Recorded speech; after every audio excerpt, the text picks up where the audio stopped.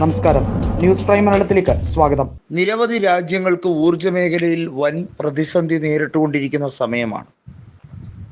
വീണ്ടും ഒരു ഗൾഫ് യുദ്ധത്തിലേക്ക് കാര്യങ്ങൾ പോകുമോ എന്ന ആശങ്ക വളരെയധികമുണ്ട്.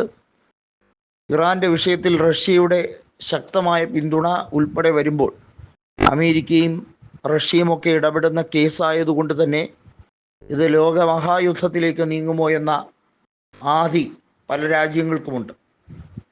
ഇത് പ്രതികൂലമായി തന്നെയാണ് ഇപ്പോഴും നിലവിൽ നമ്മുടെ രാജ്യമടക്കം പലരുടെയും ദൈനംദിന ജീവിതങ്ങളിൽ, നമ്മുടെയൊക്കെ വീട്ടിലെ അടുക്കളയിൽ വരെ അത് ശക്തമായി ബാധിച്ചു കൊണ്ടിരിക്കുന്നത്.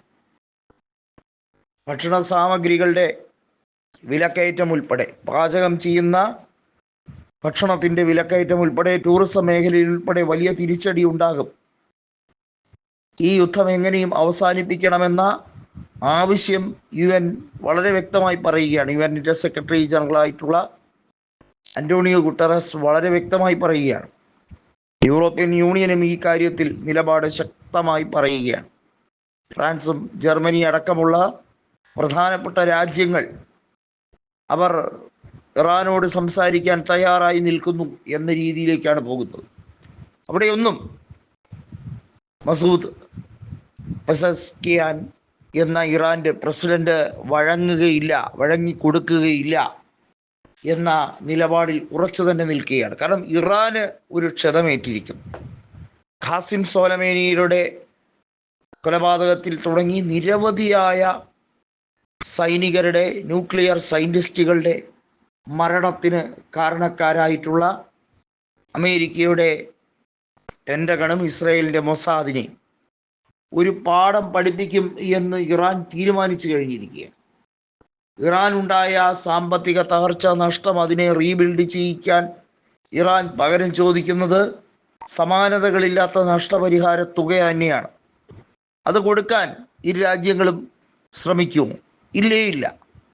അവർ എങ്ങനെയും ഇറാനെ വളഞ്ഞ വഴിയിലൂടെ വരിഞ്ഞു കെട്ടാനുള്ള നീക്കങ്ങൾ നടത്തുമ്പോൾ ഒരു തെല്ലിട പോലും ഭയപ്പെടാതെ ഇറാൻ കാണിക്കുന്ന ഈ അസാമാന്യ ചങ്കൂറ്റം, അത് ലോകരാജ്യങ്ങൾ കണ്ടുപിടിക്കേണ്ടതാണ്.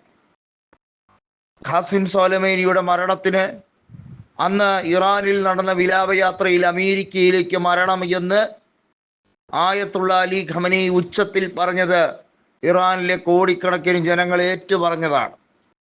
9.5 കോടിയിലധികം ജനങ്ങൾ അധിവസിക്കുന്ന ഇറാൻ സർവ്വതും ത്യജിച്ചാലും വേണ്ടില്ല, ആത്മാഭിമാനം പണയപ്പെടുത്തില്ല എന്ന് പറഞ്ഞ് തുനിഞ്ഞ് യുദ്ധക്കളത്തിൽ ഇറങ്ങുമ്പോൾ അമേരിക്കയ്ക്ക് പലതും ഞൊടിയിടയിൽ നഷ്ടപ്പെടാനുള്ള സാധ്യതയുണ്ട് എന്ന അപകടം മനസ്സിലാക്കിയാണ് ട്രംപ് ഒരൽപ്പം പിൻവാങ്ങി 10 ദിവസത്തേക്ക് ഊർജ കേന്ദ്രങ്ങളിലേക്കും മറ്റും ആക്രമണമില്ല, നമുക്ക് സമാധാനത്തിന് വേണ്ടിയുള്ള ചർച്ചയിലേക്ക് നീങ്ങാമെന്ന് പറയുന്നത്. ഈ പമ്പര വിഡ്ഢി കഴുത എന്ന് തന്നെ നമുക്ക് വിളിക്കാവുന്ന ഡൊണാൾഡ് ട്രംപിനെയാണ് അമേരിക്കയിലെ റിപ്പബ്ലിക്കക്കാർ ഉയർത്തി പറഞ്ഞത് നോബൽ സമ്മാനത്തിന് അർഹനാണ് താൻ എന്ന രീതി.